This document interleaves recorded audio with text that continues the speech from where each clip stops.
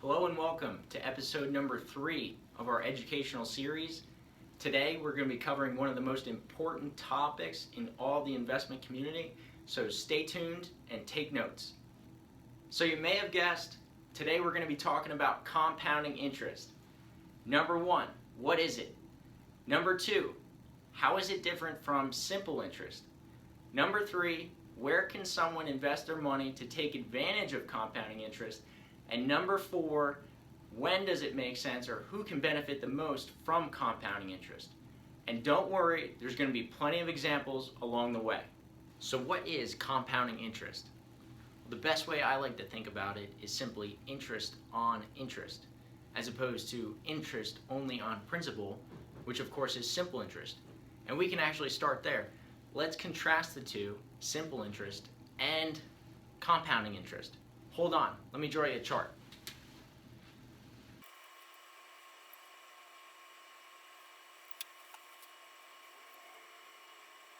First example, on the whiteboard. Can anyone spot the difference between simple interest and compounding interest? You got it. The charts look completely different. Simple interest grows steadily over time. Compounding interest accelerates in growth as time goes on. So now we're headed out into the community just to see how much people know about interest. This could get interesting. So, compounding interest versus simple interest. What do we know about compounding interest? It's good. I just don't know a lot about it. Okay, it's good, but we don't know. Do we know anything about compounding interest? What about simple interest? Not good. Not good? Okay. Well, so far, we know compounding interest is good and simple interest is bad, or not as good as compounding, which is perfect. We have a couple more questions for a special guest on the show here today. First question, what is compounding interest? Compounding interest is making money off of money, meaning you make interest off the money you made interest off of, so it Exactly. continues It's to interest build. on interest. Correct.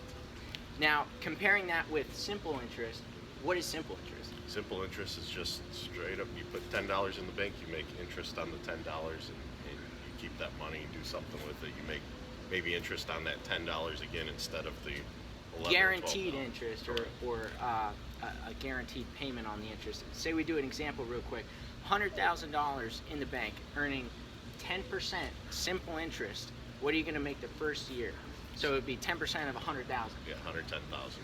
So 110,000. So you make 10,000, you'll have 110,000. Exactly. Now, contrasting that with compounding interest, if you were to have $100,000 in the bank, what would it grow to the first year with compounding interest? So first year you'd have 110,000. The following year you'd have 10% of that, which is another 11,000 on yep. top of that, and then it keeps growing like that. So instead of growing at a steady rate, it actually grows exponentially, correct? Correct. Well, thanks for coming on to the show today. Well, Now, if we did the same thing with compounding interest, the first year with compounding interest, 10% would yield you $110,000. The next year would yield you another 11 on top of that, which would be $121,000. You see where I'm going with this? Yeah. So take a stab, just take a guess. You know it's going to be more than $200,000, but how much more after 10 years would you have with compounding interest? So it could be double that. Could be double, say 400,000 or 300,000. Could be 300,000. Pretty close to 300,000, actually $260,000. So you'd have $60,000 more with compounding interest than you would with regular simple interest. Correct. Reggie, thanks for coming on the show. Later. I really did appreciate it. So question number 3, let's talk about where you can invest your money to harness the power of compounding interest. Any stock market based investment where the interest is automatically added back into the account compounds on itself, and that therefore it is a compounding type investment. This would be an individual stock, a mutual fund, even some fixed annuities out there have this. A few good examples of simple interest paying investments are bonds, CDs, or just a regular savings account in the bank. They're only paying you interest based upon your original principal. So question number 4, who can benefit the most from compound interest? And the answer is whoever has the longest time horizon. So the longer you can stay invested and stay in the market, the more money your account will be able to make both in the market and off itself. So I wanted to wrap things up today by showing you guys the exact same example I was using out in the community today. First example is going to be our simple interest example, starting with $100,000, growing at 10% simple interest per year, which is just $10,000 over that 10-year span. You end up at $200,000 after the 10 years. Your $100,000 initial investment plus $100,000 worth of interest comes to $200,000. The compounding interest example starts with the same $100,000. You're growing at a 10% compounded rate.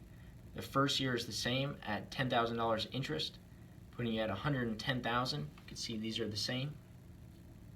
The next year, however, you're earning 10% on $110,000, which puts you at $121,000. The following year, $133,000, and you can see how these values are increasing over time while these values stayed the same. And that is the difference between compounding and simple interest. Thanks for tuning in today, guys, on episode number 3 of our educational series. I hope you learned a lot today, and I hope to see you next time.